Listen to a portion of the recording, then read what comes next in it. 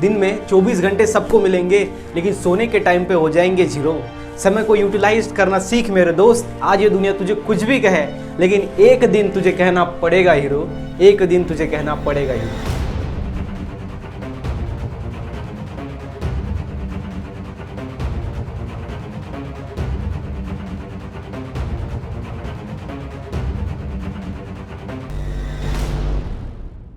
So friends, कैसे हो आप सब लोग? स्वागत है आप सभी का हमारे यूट्यूब चैनल के अंदर। एंड गाइज, आज हम देखेंगे एडवांस वीडियोस। सो ये वीडियोस किसके लिए है? जो हमारे जो स्टूडेंट है उन्होंने मेंबरशिप लिया है उनके लिए एडवांस वीडियो है। तो ये एडवांस वीडियो हम देखेंगे चैप्टर नंबर 2 का। तो सबसे पहले आपने हमारी मेंबरशिप ली, इसलिए thank you so much guys, दिल से आपका बहुत बहुत धन्यवाद। आज मैं आपको सिखाऊंगा एडवांस वीडियोज के अंदर चैप्टर नंबर 2, जिसका नाम है reproduction in lower and higher animals. Okay, so ये reproduction in lower and higher animals, ये जो चैप्टर है ये चैप्टर नंबर 2 है। इसके पहले चैप्टर 1 में हमने ऑलरेडी एडवांस वीडियो अपलोड कर दिया जो आपने देख लिया होगा, ठीक है। तो जो पीवाईक्यू वीडियोस है एंड बेसिक वीडियोस है उसकी लिंक डिस्क्रिप्शन में आपको मिल जाएगी। टोटल आप हमारा जो कोर्स है वो नियर अबाउट 100 वीडियोस का है। ओके, जिसके अंदर जो 15 वीडियोस है वो आपको एडवांस मिलेंगे। ओके, एंड अदर फैसिलिटीज मिलेंगे, जो कि आपको पता ही है कि मेंबरशिप लेने के बाद आपको कौन सी एडवांस फैसिलिटीज मिलती है, अदर फैसिलिटीज मिलती है, वो तो आपको पता ही है, ठीक है। तो गाइज, अभी तक चैनल को सब्सक्राइब नहीं किया तो प्लीज सब्सक्राइब करो एंड मेक श्योर जो बेल आइकन है ना वो हिट होना चाहिए, बिकॉज वो आपको नोटिफिकेशन प्रोवाइड करता है। ओके, देन नेक्स्ट, आप टेलीग्राम ग्रुप ज्वाइन हो सकते हो, और आप तो मेंबर हो तो आपको क्या करना होगा, इस जो डिस्क्रिप्शन है ये वीडियो का उसके अंदर आपको लिंक दी जाएगी, वहां पे आप जाके क्या करना, फॉलो करना, ठीक है। वो आपका क्या है, प्राइवेट ग्रुप है, प्राइवेट, जहाँ पे आप मैसेज कर सकते हो, जहाँ पे आपके साथ टॉपर्स बात करेंगे, ठीक है, जहाँ पे आपको टेस्ट मिलेगा, टेस्ट सीरीज, क्विजेस, सब बात आपको वहां पे मिलेंगी। तो आप जाके वहां पर फॉलो करो। ओके, सो पब्लिक ग्रुप नहीं, प्राइवेट ग्रुप, ठीक है। तो ये गाइज यहाँ पे एडवांस वीडियो चैप्टर 2 का। So without wasting your time, let's get started. तो जो पहला हमारा क्वेश्चन है वो है, क्या है देखो, इन ऑल द मेथड। सबसे पहले मैं आपको बता देता हूँ कि अगर आपने एडवांस ये वीडियो आप देख रहे हो, इसके पहले अगर आपने बेसिक वीडियो नहीं देखा, पीवाईक्यू वीडियो नहीं देखा, तो ये आपको समझ में नहीं आएगा, ठीक है। तो देखो, वो देखो पहले आप, उसके बाद ये अगर आप देखे हुए तो चलो बढ़ते हैं आगे। In all the methods of asexual reproduction of spring produce. देखो, ऑल मेथड में असेक्सुअल रिप्रोडक्शन की मेथड मतलब जिसके अंदर गैमेट्स नहीं फॉर्म नहीं होते, है कि नहीं, और गैमेट फॉर्म नहीं हो तो फ्यूज भी नहीं होंगे, जिसको हम असेक्सुअल रिप्रोडक्शन कहते हैं। जो ऑफस्प्रिंग प्रोड्यूस होते हैं वो कैसे होते हैं? Are genetically identical to parents, मतलब तो पेरेंट्स से सिमिलर होते हैं। Then are genetically different from the parents, genetically वो डिफरेंट होते हैं। देन मे और may not be identical to the parent. Okay, वो जो है वो पेरेंट से आइडेंटिकल होंगे या फिर नहीं भी होंगे। सिमिलर आइडेंटिकल मतलब क्या होता है, सिमिलर होता है। And have character of both the parents, दोनों पेरेंट के कैरेक्टर वहां पे होंगे। तो यहाँ पे क्या बताया गया है, in all the methods of asexual reproduction offspring produced. Okay, asexual reproduction में कैसे ऑफस्प्रिंग प्रोड्यूस होते हैं बताओ। ओके, जिसके अंदर एक ही ध्यान में रखो, यहाँ पे इसका आंसर है ए, जो कि are genetically identical to the parent.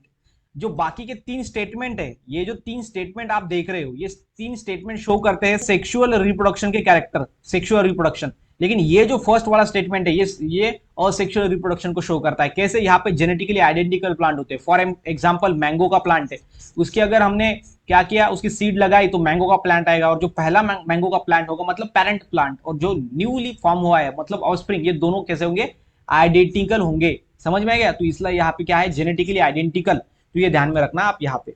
Then question number 2, identify the mode of asexual reproduction shown in the diagram given below. So diagram में आपको कौन सा असेक्सुअल रिप्रोडक्शन का मेथड दिख रहा है? तो ये असेक्सुअल रिप्रोडक्शन का मेथड है। ओके, सो कौन सा है बताओ? तो वो है guys gemmule formation. Okay, gemmule formation ये कब फॉर्म होता है? ड्यूरिंग अनफेवरेबल कंडीशन, ऐसा जेम्यूल फॉर्म होता है। और ये जो है वो हर एक जो यहाँ पे जो न्यू ऐसा स्ट्रक्चर आपको दिख रहा है, ये न्यू ऑर्गेनिज्म बनाता है। ओके, न्यू ऑर्गेनिज्म बनाता है। तो इसलिए यहाँ पे क्या है, जेम्यूल फॉर्मेशन की डायग्राम है। ये किसकी डायग्राम है? ये बर्डिंग की डायग्राम है, ठीक है। नहीं, फ्रेगमेंटेशन की डायग्राम कौन सी होती है? ऐसे फ्रेगमेंट गिरा देना, और उसके बाद बाइनरी फिजन मतलब कि 2 हिस्से में वो बांटना, मतलब बाइनरी फिजन, ये बाइनरी फिजन की डायग्राम, ठीक है। तो ये ध्यान में रखना अच्छी तरीके से। देन क्वेश्चन नंबर 3 क्या है? ओके, गिवन बिलो, ये मेल रिप्रोडक्टिव सिस्टम के ऊपर क्वेश्चन है। Given below is a diagrammatic sketch of human male reproductive system, select the correct set of name of the parts, label ABCD। तो आपको इसके नाम ढूंढने, ओके, इसके नाम आपको बताने हैं कि ए कौन है, बी कौन है, सी कौन है एंड डी कौन है। सो यहाँ पे जो ए है इसका नाम क्या है? इसका नाम है वास डेफरेंस। ओके, उसके बाद जो बी है इसका नाम क्या है, यह है अपना प्रोस्टेट ग्लैंड।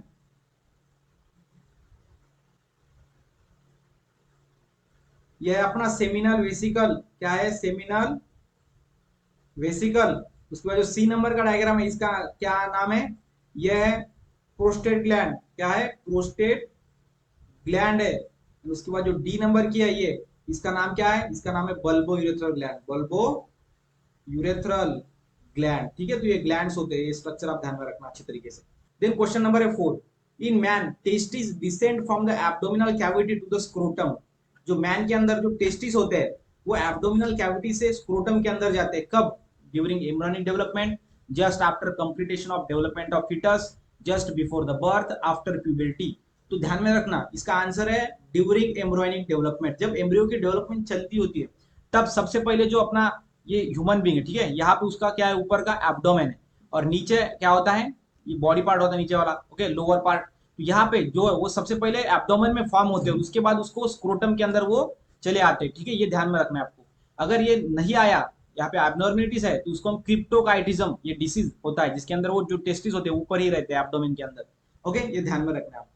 तो ड्यूरिंग एम्ब्रियोनिक डेवलपमेंट ये एब्डोमेन कैविटी से स्क्रोटम के आते हैं, स्क्रोटम में है कि नहीं, आपको टेस्टिस के ऊपर की लेयर कौन सी होती है, स्क्रोटम होती है।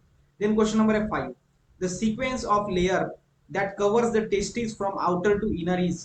तो यहाँ पे आपकी सीक्वेंस पूछा है, आपको यहाँ पे मालूम होना चाहिए कि टेस्टिस के लेयर्स कितने होते हैं, क्या होता है।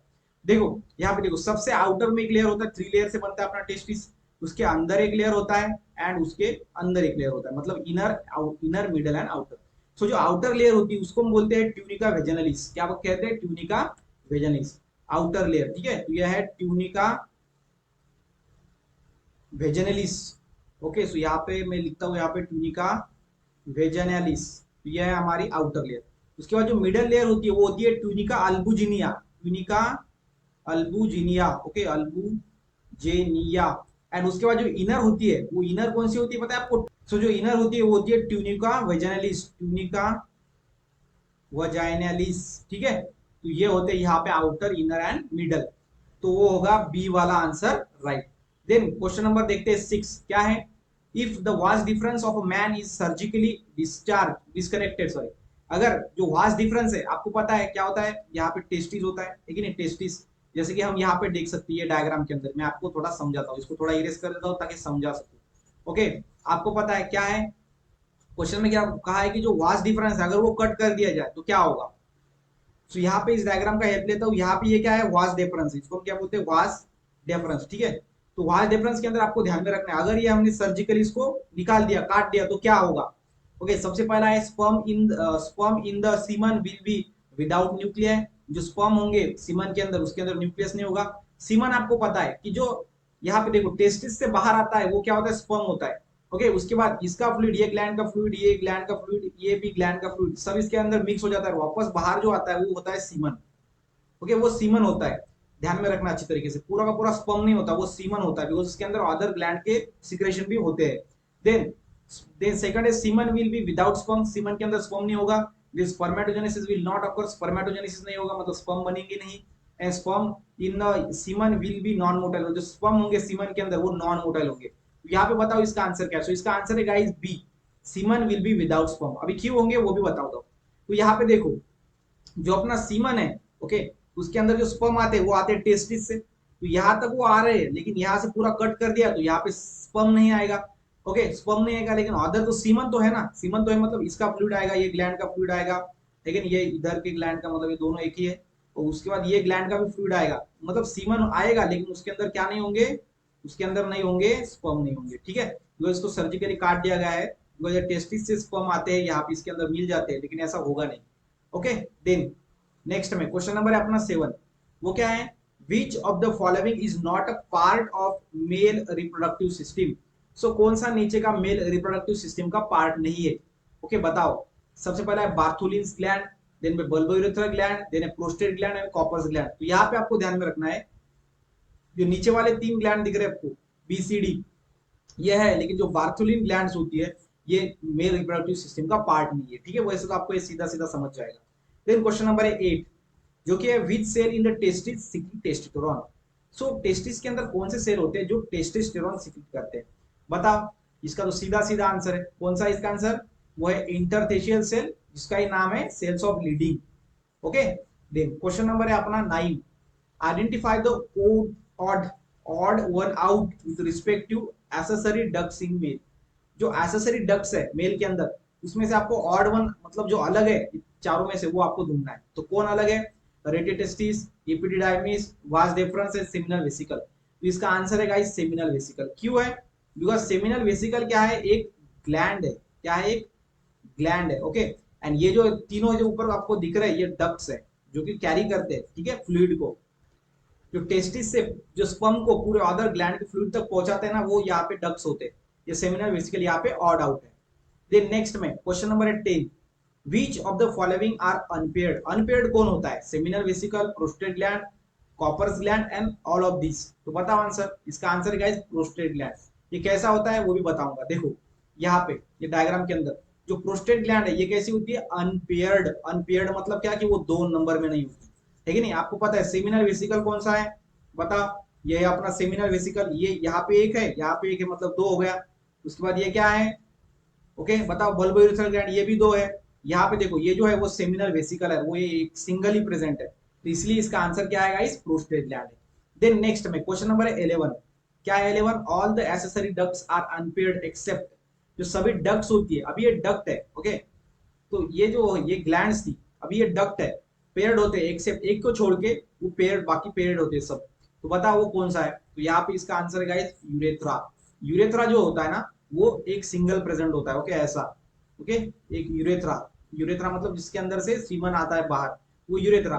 तो वो सिंगल प्रेजेंट होता है। बाकी जो रेटिटेस्टिस होता है, वास डेफरेंस एंड जो वास इफरेंशिया होता है, ये दोनों तरफ से ऐसा होता है कि नहीं, मतलब वो डबली प्रेजेंट होते हैं। तो ध्यान में रखना। देन क्वेश्चन नंबर है अपना 12। The very viscous nature of the seminal fluid helps in. जो विस्कस नेचर होता है सेमिनल फ्लूइड का, विस्कस मतलब कैसा? थोड़ा semi liquid, not semi solid. Okay, मतलब लिक्विड तो है लेकिन ज्यादा बहेगा नहीं, मतलब वो विस्कस होता है। वो नेचर क्यों होता है? वो किसके लिए हेल्प करता है? बताओ, क्या आपको पता है? तो यहाँ पे बताता हूँ मैं। इसका आंसर जो है वो है it lubricate the passage of sperm. देखो अभी क्या है, ऐसा स्पर्म यहाँ से जा रहा है, तो उसका जो सरफेस है वो जा रहा है तो स्मूथ होना चाहिए ना। तो उसके अंदर क्या होता है फिर? ये सेमिनल फ्लूइड होता है जो कि विस्कस नेचर का होता है, जिससे फिर स्पर्म ऐसा स्मूथली अगेन मूव हो सकता है आगे। ओके। देन क्वेश्चन नंबर है 13।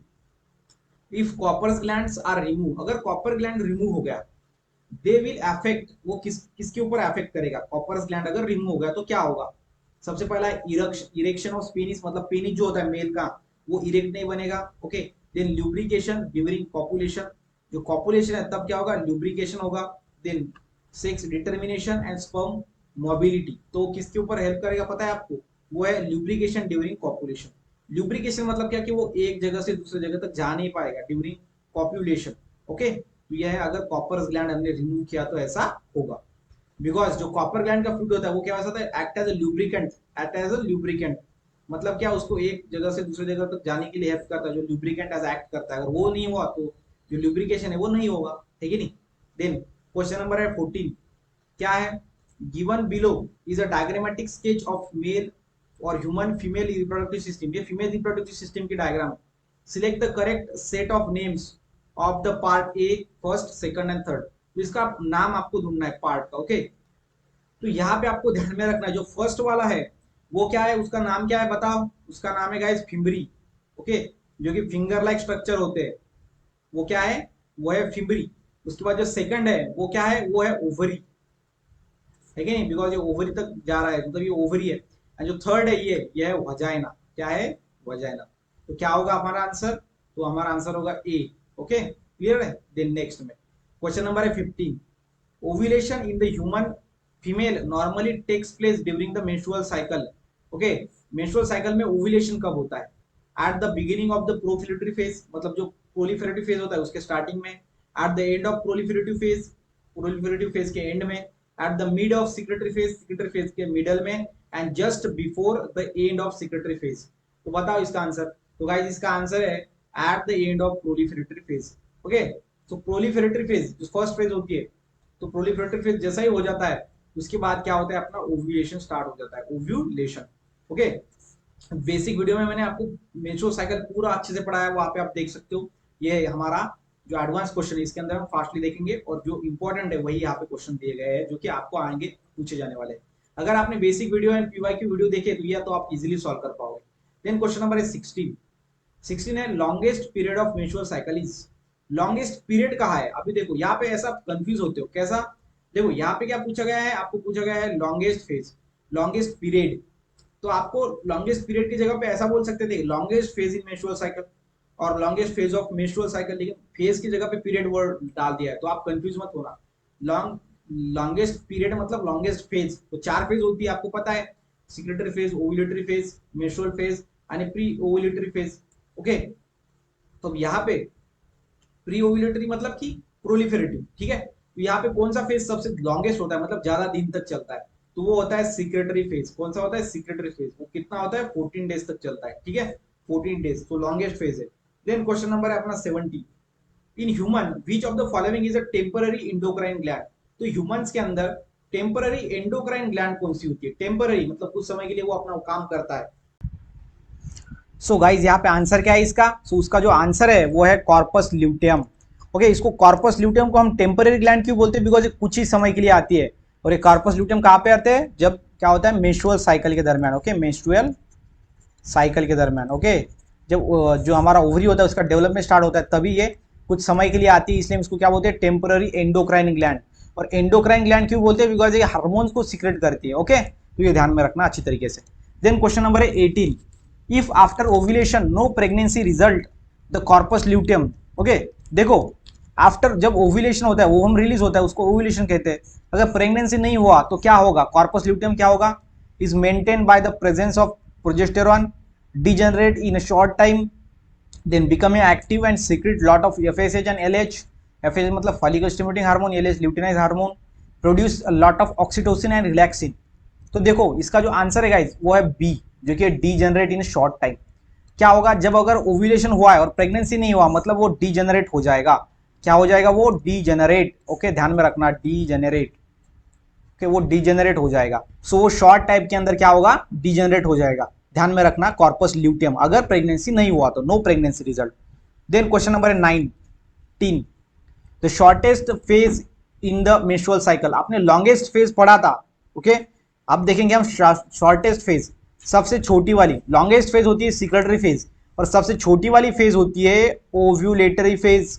कौन सी होती है, ovulatory phase. Then question number है 20, sequence of hormone peaks during menstrual cycle is. जो पीक्स है इसका मतलब क्या होता है, ऐसा मतलब ऐसा बड़ा कर्व आना, बड़ी वाली। ओके, तो ये जो पीक है इसके अंदर, किसके अंदर, मेंस्ट्रुअल साइकिल का, वो उसका सीक्वेंस बताओ। सबसे पहला पीक किसका होता है, उसके बाद कौन बढ़ता है, कौन ऐसा, तो आपको बताना। तो ध्यान में रखना, सबसे पहले एफएसएच का पीक होता है, देन उसके बाद ईस्ट्रोजन का, देन प्रोजेस्टेरॉन का। Okay, oestrogen and then progesterone. तो ये ध्यान में रखना आपको पीक का कैसा होता है। ओके, सीक्वेंस, इसके ऊपर भी क्वेश्चन आ सकता है। ऐसे क्वेश्चन हम यहाँ पे ले रहे हैं जो कि एमएससी सीटी 2021 के अंदर पूछे जा सकते हैं। देन क्वेश्चन नंबर है 21 क्या है, which one of the following event is correctly match with the time period in a normal menstrual cycle. Okay, so देखो इसके अंदर की कौन सी 3 इवेंट तो गलत है, एक ही इवेंट करेक्ट है, तो वो करेक्टली इवेंट आपको ढूंढनी है। तो कौन सी इवेंट करेक्टली है बताओ, release of egg at 5th day, the endometrium regenerate 5 to 10 days, endometrium secrete nutrients for the implementation 11 to 18 days, and rise in progesterone level 1 to 15 days। तो गाइज यहाँ पे एक ही करेक्ट है जो कि है एंडोमेट्रियम रीजनरेट। जो एंडोमेट्रियम है वो रीजनरेट हो जाता है 5 से 10 दिनों के अंदर, बाकी के जो सभी है वो रॉन्ग है। ओके, ये कब समझेगा आपको, जब आप बेसिक वीडियो देखोगे, उसके अंदर सब बताया गया है कि रिलीज ऑफ वोम कितने कब होता है, रिलीज ऑफ वोम। ओके, सो ध्यान में रखना, ये तभी आप बेसिक वीडियोस आप देखो, पूरा आपका कंसेप्ट क्लियर हो जाएगा। देन क्वेश्चन नंबर है 22, आइडेंटिफाई द इनकरेक्ट मैच। यहाँ पे इनकरेक्ट मैच आपको आइडेंटिफाई करना है। सबसे पहला है inhibin stop secretion of FSH. Okay, secretory phase. Okay, inhibin stop secretion of FSH किसके साथ है, पेयर, सिक्रेटरी फेज के साथ। Then endometrium thickening up to 10 to 10 mm, proliferative phase. Then rapid secretion of LH, ovulatory phase. endometrium lining become thin up to 1 mm, menstrual phase। तो यहाँ पे देखो जो फर्स्ट है, थर्ड है एंड जो फोर्थ है, ये सभी करेक्ट है, मतलब ए सी डी जो बी वाला है वो इनकरेक्ट है, ये बी वाला क्या होता है, इनकरेक्ट है।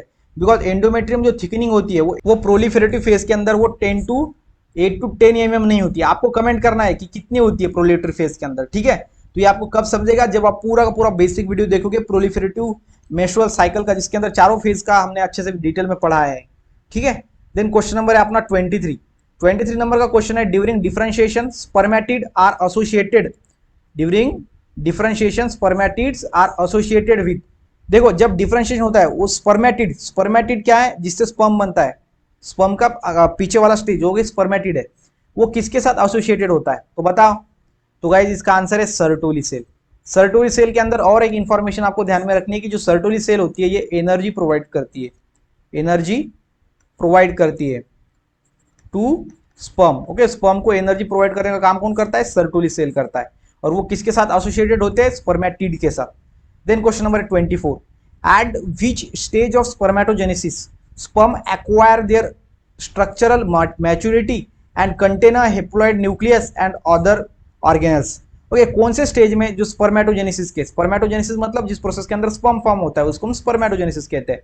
इसके अंदर स्ट्रक्चरली मैच्योर हो जाता है स्पर्म, उसके बाद उसके अंदर हेप्लॉइड न्यूक्लियस होता है एंड अदर ऑर्गेनेल्स होते हैं। कौन से स्टेज में, spermiogenesis, maturation phase, multiplication phase and growth phase. तो यहाँ पे वो स्टार्टिंग फेज होगी या एंडिंग फेज, तो यहाँ पे बेशक वो कौन सी होगी, ending phase, because ending phase में वो पूरा का पूरा मैच्योर हो जाएगा। तो बताओ एंडिंग फेज कौन सी है, तो गाइज वो है स्पर्मियोजेनेसिस। स्पर्मियोजेनेसिस इस प्रोसेस के अंदर क्या होता है पता है आपको, जो स्पर्मेटिड होते हैं, स्पर्मेटिड इससे बनता है स्पर्म, और ये प्रोसेस होती है जिसके अंदर स्पर्मेटिड से स्पर्म बनता है उसको हम स्पर्मियोजेनेसिस कहते हैं। और ये स्पर्मियोजेनेसिस के दरमियान हमारा जो स्पर्म होता है वो स्ट्रक्चरली मैच्योर हो जाता है, उसके अंदर हेप्लॉइड न्यूक्लियस होते हैं एंड अदर ऑर्गेनल्स भी उसके अंदर पाए जाते हैं, फॉर एग्जांपल माइटोकॉन्ड्रिया हो, ठीक है। देन नेक्स्ट क्वेश्चन नंबर है 25 in spermatogenesis the phase of maturation involves. जो स्पर्मेटोजेनेसिस है उसके अंदर जो मैच्योरेशन फेज होता है उसके अंदर क्या होता है, मैच्योरेशन फेज के अंदर growth of spermatogonia into primary spermatocyte, then formation of spermatogonia from the gonocytes through the mitosis, third formation of spermatid from the primary spermatocyte through meiosis, and D formation of oogonia from the spermatocytes through the meiosis. तो इसका answer क्या है, इसका answer है C, formation of spermatid from the primary spermatocytes through meiosis. So देखो इस diagram का help आप ले सकते हो, इसका आंसर क्या गाइज, इसका आंसर है C, formation of spermatid from the primary spermatocytes through the meiosis. So देखो कैसे, बिकॉज देखो यह है मैच्योरेशन फेज, ये थर्ड वाली फेज होती है मैच्योरेशन फेज, जिसके अंदर देखो यहाँ पे होता है प्राइमरी स्पर्मेटोसाइट, ये प्राइमरी स्पर्मेटोसाइट से बना है, क्या बना है, स्पर्मेटिड, क्या बना है, स्पर्मेटिड। ये जो है ये पूरी की पूरी फेज होती है, क्या होती है अपनी मैच्योरेशन फेज। तो यहाँ पे बोला है formation of spermatid from the primary spermatocyte and through meiosis, because इसके बीच में क्या होता है, मियोसिस। यहाँ पे देख सकते हो आप meiosis first and meiosis second, इसलिए यहाँ पे ये सी नंबर का आंसर जो क्वेश्चन ये ऑप्शन है यहाँ पे राइट है। Then question number 26, during spermatogenesis how many sperms are form, okay, from a single primary spermatocyte. तो एक प्राइमरी स्पर्मेटोसाइट से कितने स्पर्म फॉर्म होते हैं, ये बहुत ही अच्छा क्वेश्चन है। देखो ये है हमारा प्राइमरी स्पर्मेटोसाइट, ये तो एक सिंगल ही है ना, तो इससे फिर बाद में क्या बन गए, 4 स्पर्मेटिड बन गए, और 4 स्पर्मेटिड से कितने स्पर्म बन गए, 4 स्पर्म। तो फिर क्या होगा आंसर इसका, 4 आंसर होगा। ओके, वैसे आपको डायग्राम ध्यान में रखनी होगी तभी आपको ये समझ में आएगा। देन क्वेश्चन नंबर 27 क्या है, ये आइडेंटिफाई, क्या आइडेंटिफाई करना है, first second and third in the chart given below and select the correct option. सबसे पहले देखो स्पर्मेटोगोनियम के अंदर क्या होता है, माइटोसिस होता है, और क्या फॉर्म होता है, बताओ क्या फॉर्म होता है, प्राइमरी स्पर्मेटोसाइट फॉर्म होता है। देन उसके अंदर मियोसिस होता है, उसके बाद क्या होता है, सेकेंडरी स्पर्मेटोसाइट फॉर्म होता है, प्राइमरी स्पर्मेटोसाइट के बाद सेकेंडरी स्पर्मेटोसाइट, और उसके बाद क्या फॉर्म होता है, इसके अंदर मियोसिस सेकंड हुआ तो स्पर्मेटिड फॉर्म हो जाता है, स्पर्मेटिड और स्पर्मेटिड से क्या बनता है, स्पर्म बनता है। तो बताओ आंसर क्या है इसका, आंसर है इसका ए। ओके, ये इसका आंसर।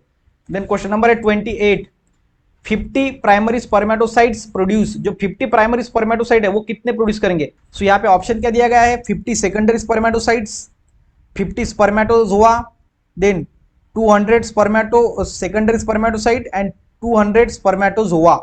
जो प्राइमरी स्पर्मेटोसाइट होंगे वो क्या बनाएंगे, देखो प्राइमरी स्पर्मेटोसाइट से क्या बनता है, ये 50 प्राइमरी स्पर्मेटोसाइट है, इससे कितने सेकेंडरी स्पर्मेटोसाइट बनेंगे, बताओ 50 से। ओके, यहाँ पे 100 स्पर्मेटोसाइट बनेंगे, 100 स्पर्मेटोसाइट, लेकिन वो कैसे हो गए? सेकेंडरी 100 सेकेंडरी स्पर्मेटोसाइट बनेंगे। तो यहाँ पे 200 सेकेंडरी स्पर्मेटोसाइट है, तो ये तो गलत है, ये तो ऑप्शन ही नहीं आएगा। उसके बाद ये सेकेंडरी स्पर्मेटोसाइट से क्या होगा? स्पर्मेटिड बनेंगे, और स्पर्मेटिड कितने बनेंगे? तो यहाँ पे हो जाएगा 50, उसके बाद ये भी 50, ये 50 एंड ये 50, मतलब टोटल अगर हम बोलेंगे स्पर्मेटो, ये क्या है? स्पर्मेटोजोआ है। ओके, स्पर्मेटिड को ही हम बोलते हैं स्पर्मेटोजोआ, स्पर्मेटोजोआ जो बनेंगे सेकेंडरी स्पर्मेटोसाइट से। और ये क्या है हमारे पास? यह है प्राइमरी स्पर्मेटोसाइट, प्राइमरी स्पर्मेटोसाइट। समझ में आ गया? तो प्राइमरी स्पर्मेटोसाइट का बनेंगे 50-50 सेकेंडरी स्पर्मेटोसाइट, और इसके बनेंगे 50-50 इसके, और इसके 50-50 बनेंगे स्पर्मेटोजोआ। इसका ही दूसरा नाम है स्पर्मेटिड, स्पर्मेटिड। तो यहाँ पे आंसर क्या होगा? 200, पूरे कितने हो गए? ये 200 स्पर्मेटोजोआ। तो आंसर क्या आएगा इसका? 200 स्पर्मेटोजोआ। देन क्वेश्चन नंबर है 29। 29 क्या है? Identify the correct set of the chemical barrier use to contraception. Okay, contraception क्या है? जिसके अंदर बर्थ हम कंट्रोल करते हैं, पॉपुलेशन नहीं बढ़ना चाहिए।